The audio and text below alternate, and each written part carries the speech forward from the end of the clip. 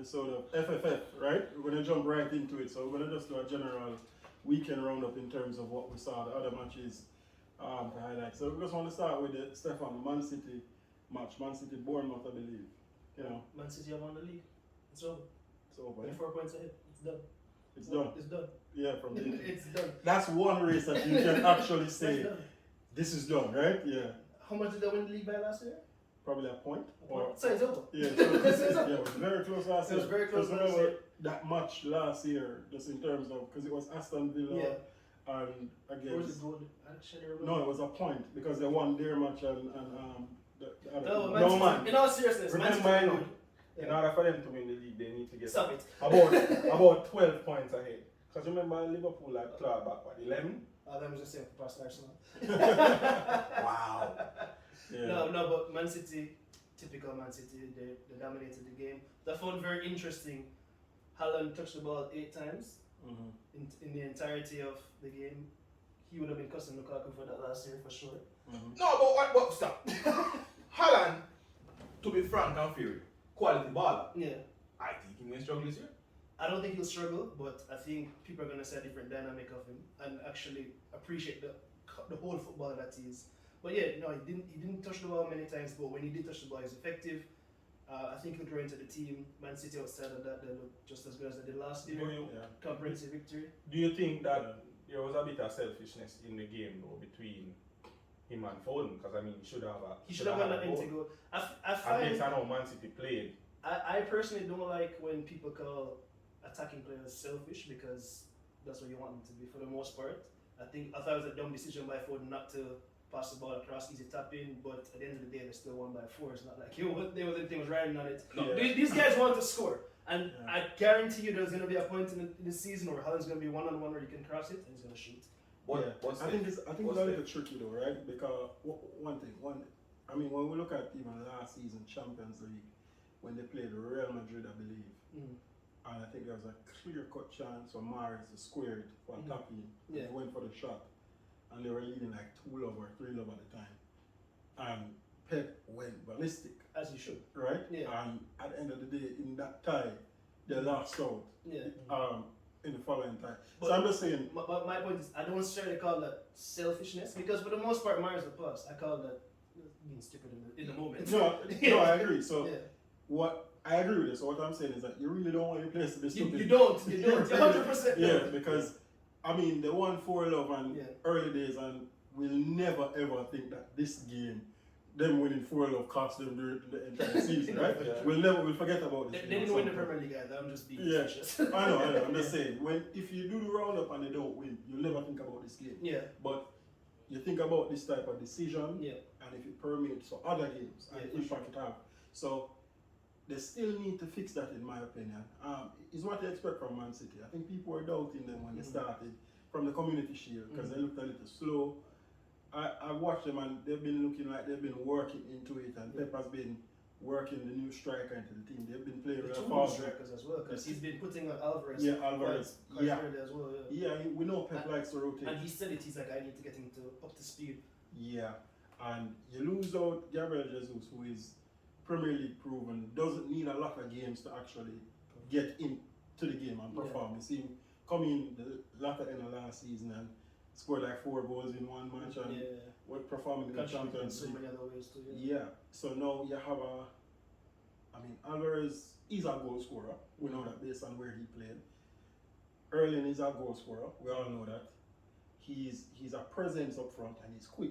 So they have that new dynamic that they weren't playing with probably the last 2 years. So they took some time to test it out. I think they strengthened in the right areas. I know they signed a left back from Anderlecht. Young left back. Yeah, so Barcelona youngster. Oh, there you go. There you go. You used to play attacking midfield, I think, but back in those days.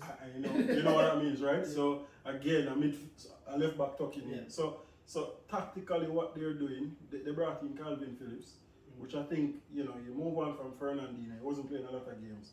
You can bring in somebody. You can rest Rodri a little bit.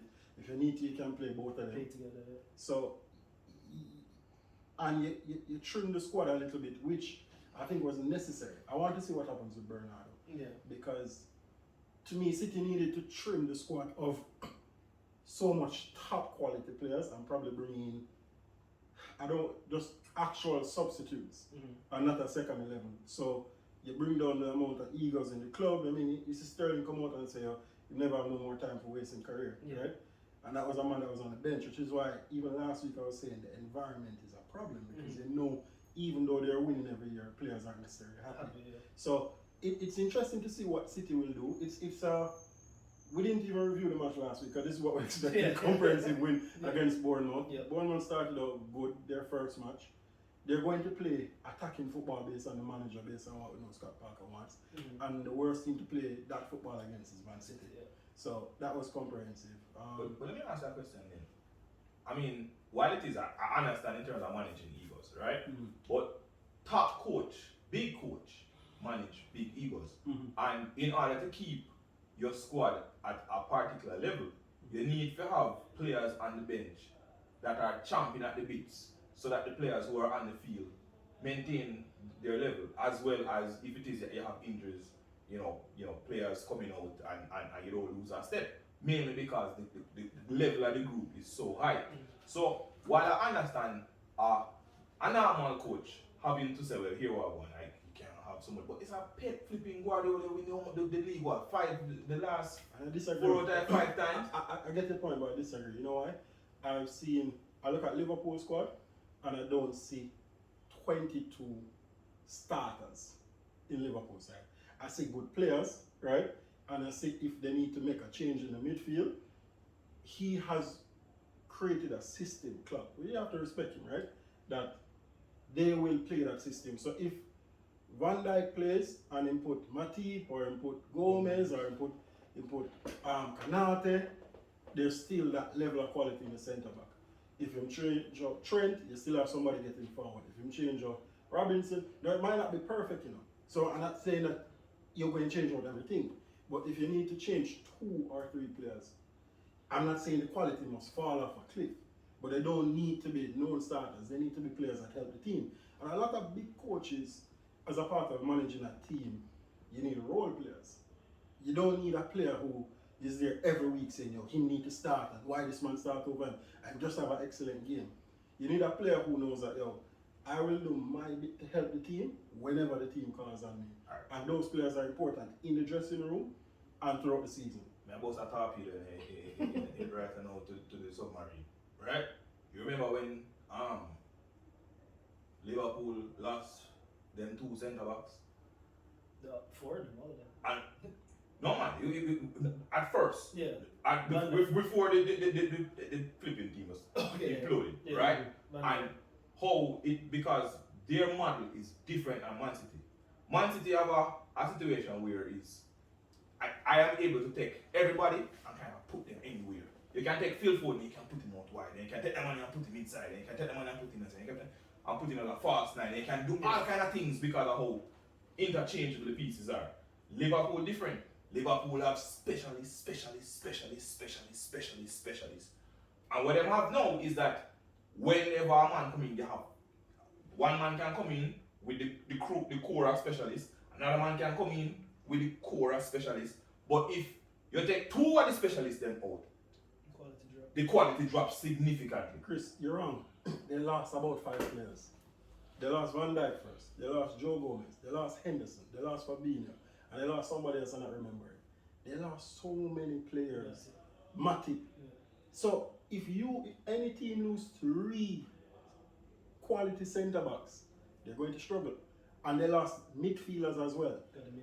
Because the midfielders were playing. And they lost so they don't lose Henderson also because Henderson and Fabinho were playing centre back. And that's why they lose on the midfield. No. But to what happened, it goes to a point that the quality behind them was not to the level you had to take it to midfield and say, hey, what them man not good. Come back, come play centre back. You lost 3 centre backs, Chris. Just listen to it again. You lost 3 centre backs. Right? Just think about it. So you lost Van Dijk, Joe Gomez, you lost Matip, right? You have 1 other centre back, right? That, let's say he's rotational. Then you say, alright, I have Fabinho, who has played in defense before. Mr. Play right back. He's intelligent enough as a defensive midfielder, he can play my centre back. and you have Jordan Henderson, who these players can play. You lose the two of them. You never lose 21 time. Oh God. Chris, if you lose Fabinho this week, you lose Jordan Henderson next week. That's how close it was. The man them played as partnership. But anyway, we believe the point is they lost 5 quality players that way. No, that is just a freak of nature. Fair enough, but if they lose 5, he money implode like that. That's what I say. Because of how their system. If they lost 3 centre backs? If they lost 3 centre backs? use John Stones No. and centre back. Okay.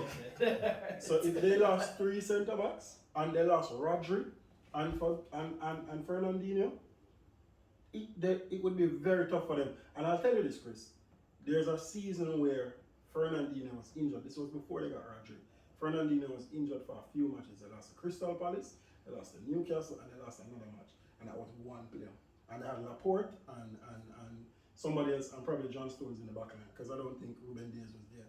They still ended up winning the season, but they lost matches against teams they expect them to beat because they had that. And it ended up strengthening after, right? Mm-hmm. So I'm saying injuries in a team, these guys lost 5. So you can't say, boy, well, this is why we need them. You have different eras where you don't plan for 5 centre backs to be injured, you know. There's no way you plan for that. Because you're not buying 5 quality centre backs. So what you plan for step out and is 1 and 2 injuries. Right? Hold on. Let me just land. You plan for 1 and 2 injuries. And you're going to have enough, you're going to have quality enough. Which is why you complain about Cucurella and even Kevin complain because they say, look, Ben Chilwell will get injured, you have Emerson. And the reason why you say you have Emerson is because it's not because you think Emerson is great, but you say Emerson can do a job for 2-3 weeks till Ben Chilwell come back, or you can rest him and so on. You're not thinking to have him out there for a season. That's a backup. And what you need from Emerson is actually just to give me 2 or 3 good games in the league where we can depend on you. You're not a league and we're comfortable. And that's a squad baller. And Emerson in himself, if he's the right player, knows say, yo, when the team need me, I will come in, I will do a job, and I will perform and I'll move. So sometimes you need for a squad harmony, you need some of these players. You don't just need egos. And I think that's the point I was making.